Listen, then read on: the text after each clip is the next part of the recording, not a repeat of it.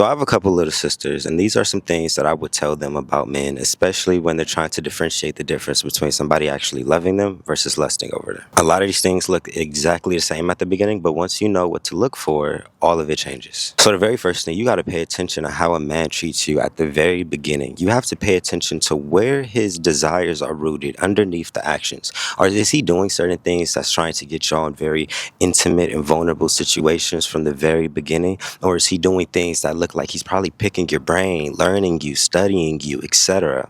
That is a very clear indication on where that man's headspace is at. When a man is talking to you or getting to learn you with an agenda or getting to learn you with an end goal in mind, you're going to notice, you're going to be finding yourself in more close one-on-one intimate situations with this person, necessarily not because you necessarily wanted to, but that's because that's where the steps necessarily led. Dude, are you catching my gist? You can always tell. Now, you want to go smoke real quick?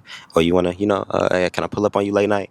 You know, the little things, you feel me? It's like the little things versus the man who's probably like, hey, do you want to come with me to this social event? He wants to see how you're acting in a social crowd. He wants to see what are your anxiety levels like. He wants to say, how do you move in rooms with other men? You feel me? He's studying you. So he's not necessarily trying to get you to a certain place. He wants to see if you are somebody that he actually wants to invest in and actually wants to give his energy to. You feel me? So his approach of how he deals with you is always going to be different. And in those initial stages, it sometimes look the exact same, right? It's going to look like, okay, he's probably going to take you out on a date. He's probably going to try feeding you or something like that. But always pay attention. Like it's usually like it's a strain of events. How is the night's ending? Where are you ending? Where's the environments? You feel me? Why is he taking you to certain places? You can usually tell if a man's taking you to a library and he has some books in front of you. He's like, hey, actually, I'm healing right now. I'm trying to learn this. You can usually kind of tell what his objective is in that situation. He's trying to heal. He's trying to teach you something. He's trying to lead you in a certain direction. And if he's just like I said, randomly, hey, can I pull up on you? I'm just feeling kind of lonely right now. It's 10 o'clock at night. You pull up, you get in the car, instead of him really venting and talking and stuff like that, he's kind of more just like smoking. Oh, you about to smoke? Like you can tell it's creating a situation that makes it very easy for that to happen. When a man is purposely creating that situation, that should tell you everything you need to from the jump. That man is moving from lust and you need to put some boundaries up. And it may actually be a good man. Right? This may actually be a man that could be beneficial to you and help you on your path. But you have to notice when a man is taking it too fast as well. I'm not going to be the person that tells you to follow a man's leadership to the point of degrading yourself, which is, truthfully speaking, if I was to go back to my notes, I'm almost certain that was the second thing I was wanting to talk about. It was, don't mistake control for leadership. You're not supposed to go off of your own divine leadership to cater to his emotions. What do I mean by this?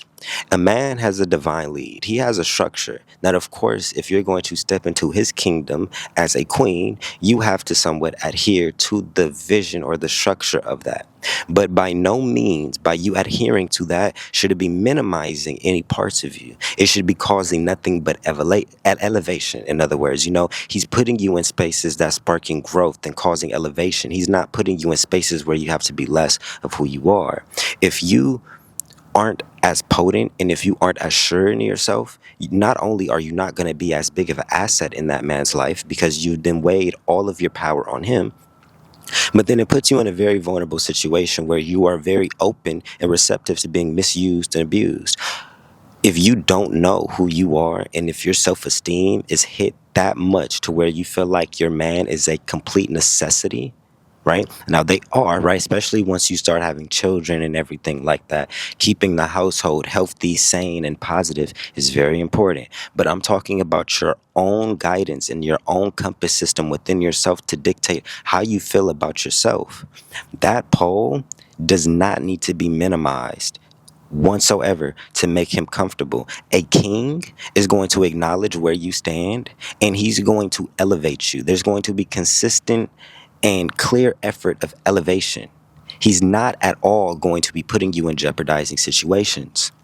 And I really also want to touch on, because this kind of leads into the third thing, right?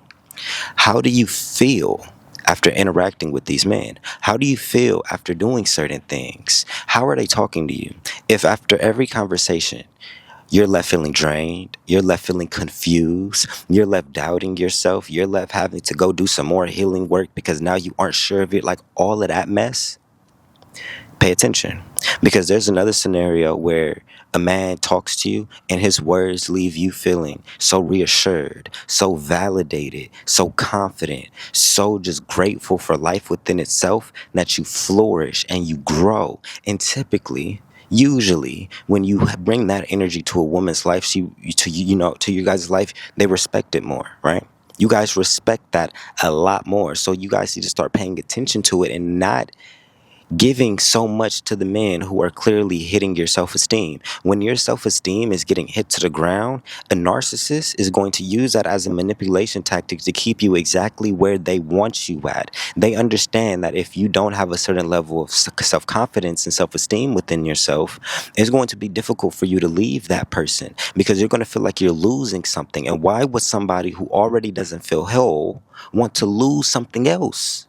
You're going to hold on to the little bit of what you do have in a headspace of scarcity because you don't realize that you deserve better. But the king is going to see all of those weak spots and he's going to empower it to the absolute most because he understands that he's not in competition with his queen. Why in the hell would me elevating my queen make me fearful of her leaving? That should be a very clear sign that maybe you aren't also elevating in your life. It's very hard for somebody to, surpass your leadership when you are actively leading. Do you get what I'm saying? When you're actively growing, you're not necessarily worried about empowering your woman and passing her the knowledge that she needs to flourish. If a man was being a man and growing, he's continuously learning. Why? I have no problem giving you the lessons of yesterday. I just learned something new today. I'm probably about to learn something new tomorrow. These things matter a lot, a lot, a lot. But in today's culture, patriarchy and even though patriarchy isn't something that's, very clearly seen because it's not, as potent as, let's say, it was in like the early, like 1900s and stuff like that, right? There's still a lot of men with the underlying energy that are intimidated by a woman being in her complete capacity. For some reason, men like to feed off of you guys' insecurities because it puts them at a control position in an area where they're typically not in control. Men typically are in control of this physical, of the physical realm, right? That could be marriage, relationships, sex. Sometimes, just the physical, the bit, all of this. They dominate a lot of that. What we do not dominate is a woman's emotions. And we understand that when a woman's emotions is so confident and pure and innocent and divinely rooted in herself and her source, sometimes we will view that as a threat because we understand that she has the power to get us out of our skin. We understand that she has the power to trigger us. We understand that she has the power to make us fall in love. So now we typically run from that because men don't usually build up that level of emotional intelligence and emotional understanding to actually understand what they're feeling in those moments. So if you put him in a position where he doesn't feel as if he has that one up, a lot of men are either going to avoid that type of woman. They're going to start calling them hyper aggressive. They're probably going to call them like just all these other type of things. Or they're going to try shitting on your self-esteem to hit it down to a level that they're comfortable with, which is why I always tell women, work on your own self-confidence and feeling full without a man. As somebody who has mothers, has grandmothers, has sisters, and probably eventually one day when I have children, gonna have a daughter, I would hope my daughters and my feminine energies around me understand that they are loved and they are appreciated outside of what a man breadcrumbing them can provide. There's so many more things to life and there's so many more avenues that you guys can explore and lean into and grow into. But if you don't know the difference between a man who wants to encapsulate your energy versus a man who wants to grow in your energy, you're going to fall for a lot of traps before you get to the good one. And once you get to the good one, there's not always a guarantee you're going to treat him right because now you've been damaged by all the BS. There is a great deal of toxic women, but there is a great deal of toxic men. And this back and forth of not being able to acknowledge and see what actually is a toxic situation is what's going to keep us in repeated situations. When when you get into a relationship with somebody and you aren't even consciously aware that they're about to fuck your life up, you're going to let them fuck your life up. But once you can acknowledge this is a trait of somebody who usually ruins lives, has, but is very promiscuous, you're going to mess my bag up like that. I can see the traits in you. I'm going to go a different way. We don't learn these things. We just go off our feelings and we go off our emotions, then wonder why we end up in the situations that we end up in. A lot of men somewhat are predictable too. I'm not going to lie to you. They're somewhat predictable. But you got to know how to read them. You got to know how to read their emotions, read their perspectives, listen to the underlying tone of why they may say certain things, why they may do certain things, and then move accordingly. So yeah, I say all of this to say, pay attention to how a man is treating you from the very beginning. Where is his intention? Is his intention and his words and his energy rooted in alignment, rooting and trying to get you guys to a certain destination where you both are going to feel more fulfilled? Or is he trying to pull you into a space so he can get what he wants out of you? You have to notice the difference because it's always going to show a lot differently. That's the difference between a dude whose first date with you is pulling up on you smoking versus the first date is maybe going to an amusement park or, a coffee date or something like that. So you guys can actually talk, or going to sit at the park. Are you catching my gist? Is how they go about it. It looks very similar. Oh, they want to spend quality time with me. Oh, they're initiating. But what was the intent behind that initiation? And where did they think that quality time was going to lead them? You have to ask these questions very clearly. One man thinks that quality time is going to lead him to some cheeks. The other man thinks that quality time is going to lead him to understanding his woman better so they can continue growing. You have to peep these things early. It's going to save you a lot of heartache and a lot of trauma. So, with that being said, I love you guys. I love you guys. I love you guys. It has been Jay Sincere. And I'm going to see y'all in the next video.